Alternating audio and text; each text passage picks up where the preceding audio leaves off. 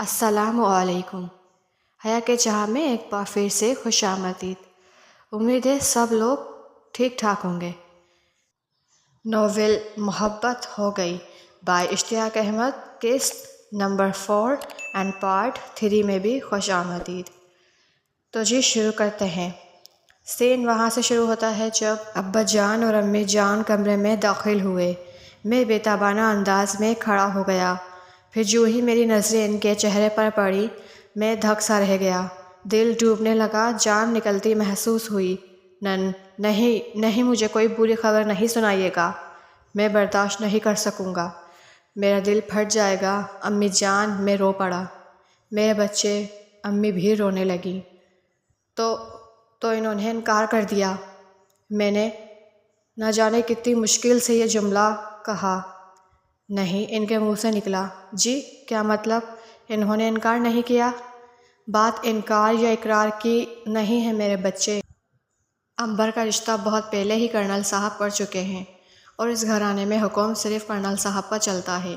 Major صادق آج تک باپ کے سامنے نہیں بولے اور انہوں نے صاف صاف کہہ دیا ہے وہ اس بارے میں ان سے کچھ بھی نہیں کہیں گے۔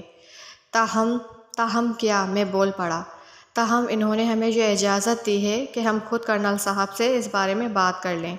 اگر وہ اس رشتے کو منظور کر لیں تو انہیں خوشی ہوگی، اور اگر وہ اس رشتے کے حق میں نہیں تو اس رشتے کو ناپسند کرنے کی بھی ان کے پاس کوئی وجہ نہیں۔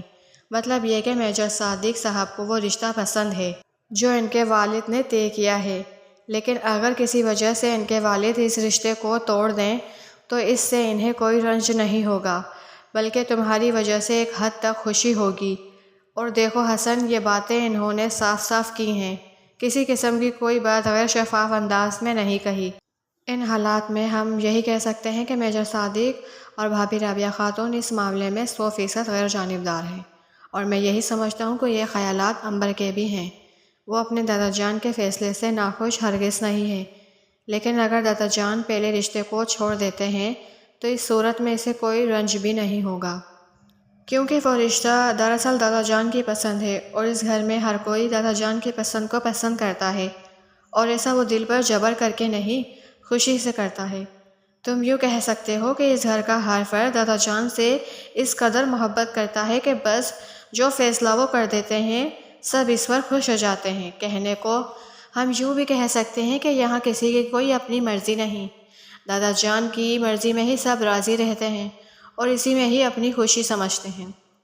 اب تم سمجھ ہی گئے ہوگے کہ ان حالات میں ہمارا کام کس قدر مشکل ہو گیا، لیکن میں تمہارے لیے یہ کوشش بھی کروں گا۔ دادا جان مجھے پسند کرتے ہیں، انہوں نے ہمیشہ سے یہی کہا ہے۔ ہمارے بیٹے صادق نے ایک اچھے دوست کا انتخاب کیا ہے، اور حسن تم یہ بھی سن لو، میں اپنے دوست کو کوئی رنج نہیں پہنچاؤں گا، نہ دادا جان سے زبردستی بات منوانے کی کوشش کروں گا۔ بس یہ ایک سرسری سی کوشش ہوگی، آگے تمہاری قسمت۔ ویسے میں تمہیں پہلے ہی کہہ دیتا ہوں، تمہیں بھی دادا جان کے فیصلے سے خوش ہونا چاہیے۔ نہیں، میں چلا اٹھا۔ اپنی آواز کو بلند نہ کرو حسن، میں اپنے دوست کو کھونا نہیں چاہتا۔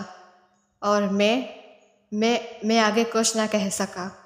ہاں میں سمجھتا ہوں میں عنبر کو کھونے کا حوصلہ نہیں، لیکن تم یہ بھی سوچو تم سے پہلے ہی وہ کسی سے منسوب ہو چکی ہے۔ آخر اس شخص کا کیا قصور ہوگا کہ یہ لوگ اس سے رشتہ نہ کریں؟ اسے کس بات کی سزا دی جائے گی؟ ابا جان کہتے ہی چلے گئے۔ ان باتوں میں بے شمار وزن تھا، ٹھہراؤ تھا، ایک پختگی تھی۔ میں ان الفاظ کے سامنے خود کو بے بس پا رہا تھا، لیکن عنبر کا خیال ان سب باتوں کو کوئی اہمیت دینے کے لیے تیار نہیں تھا۔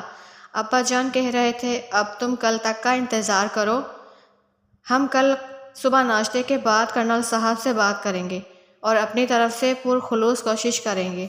اس کے بعد کمرے میں موت کی خاموشی چھا گئی اور مجھ سے نیند کوسوں دور چلی گئی۔ دوسری صبح ناشتے کے بعد میں اپنے کمرے میں آ گیا۔ ایک بار پھر جان لیوا انتظار شروع ہو گیا۔ اس بار تو مجھ پر شدید گھبراہٹ طاری ہو گئی۔ میں خود کو ایک ہارا ہوا جواری کی طرح خیال کر رہا تھا جس کے پاس لگانے کے لیے بس آخری ہی پونجی رہ گئی تھی، اور وہ اس کو بھی داؤ پر لگا چکا تھا۔ 1 گھنٹے کے بعد میں نے قدموں کی آہٹ سنی۔ آخر کیا ہوگا؟ ایک بار پھر حسن کے انتظار کا انجام۔